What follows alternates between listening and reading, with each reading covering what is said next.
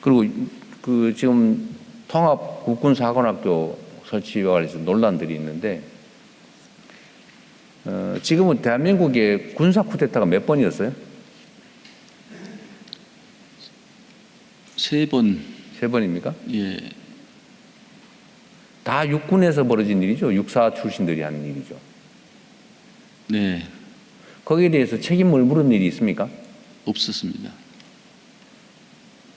쿠데타를 무려 3번이나 한 중심이 육군사관학교인데 한 번도 책임을 묻지 않았죠. 그렇습니다. 앞으로 또 할 수도 있잖아요.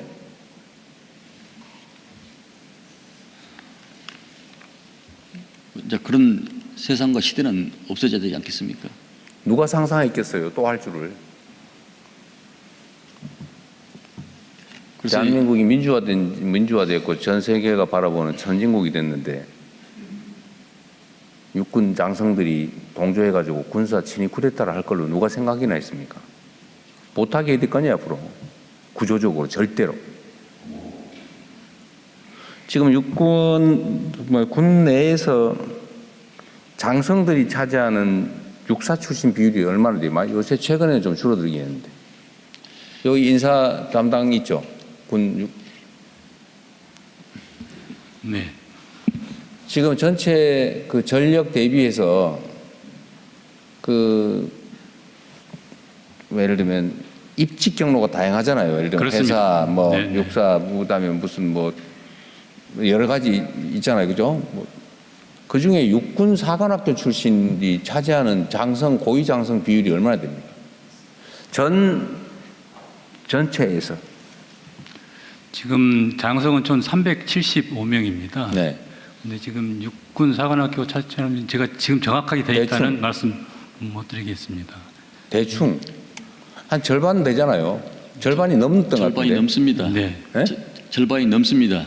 예. 근데 전체 병력 수에서 그러니까 하위 장교들에서는 육사 출신이 얼마 안 되잖아요. 그렇습니다. 위로 올라가서 다 육사가 거의 다 독점하고 있는 거잖아요. 네, 근데 저희 정부 들어와서 상당히 비육사가 많이 도약을 했습니다. 그러니까 이번 정부 들어와서는 그런 점들을 고려해서 예. 다른 나라도 사실은 내가 내 얘기를 듣기로는 학사장교나 아니면 ROTC 예. 이런 데 비중이 훨씬 높다면서요. 장성들이. 근데 우리나라는 고위 장성들은 거의 다 육사 아닙니까? 이때까지. 그렇습니다.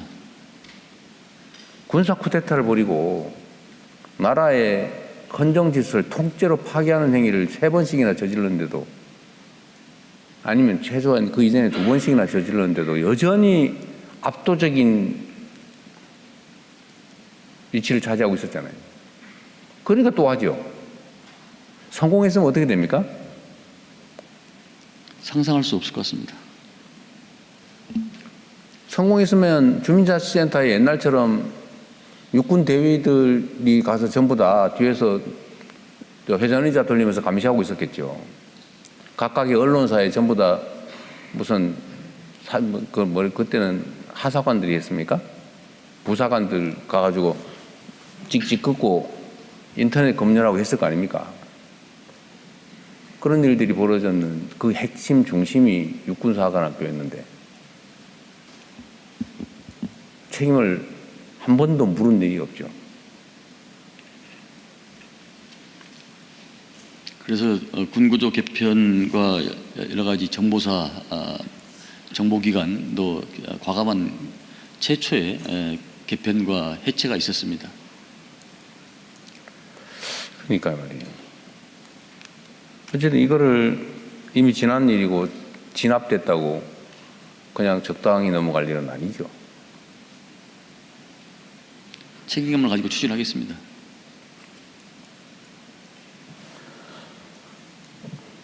그리고 이 육사, 해사, 공사 이런 교육을 전 세계적으로 따로따로 하는데 나라하고 통합해서 하는 데하고 비교를 하면 어떻습니까?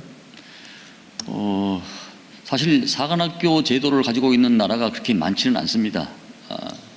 되게 러시아, 중국 공산국가도 사관학교가 없고 장교 1년 양성, 2년 양성 과정이 많고 주요 나라들만 몇 나라만 사관학교가 분리해서 운영되고 있고 통합된 사관학교를 통합해서 운영하는 나라가 굉장히 많습니다. 그러니까 더더구나 러우 전쟁 이후에 전쟁 양상이 180도 변했기 때문에 통합성과 합동성이 더욱더 요구된다고 할 수 있겠습니다. 이런 점들에 대해서 물론 이게 워낙 전문적 영역이라서 그럴 수도 있지만 국민들께 충분히 설명드리고 지금 현재 상황을 이해를 하게 해야 되잖아요.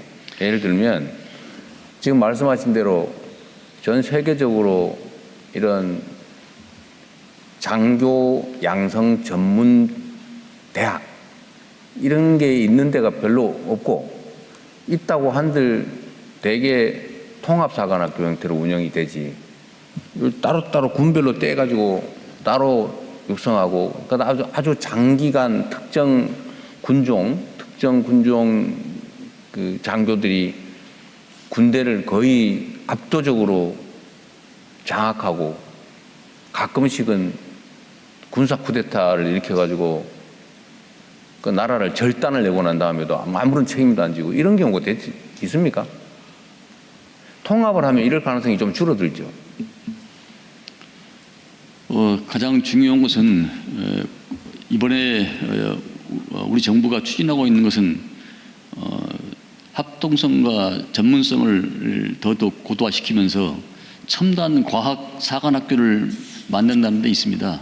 여러 가지 규모의 경제 면에서 그 방향으로 가는 게 맞겠다는 것이 다수의 생각을 많이 가지고 있다고 할 수 있겠습니다.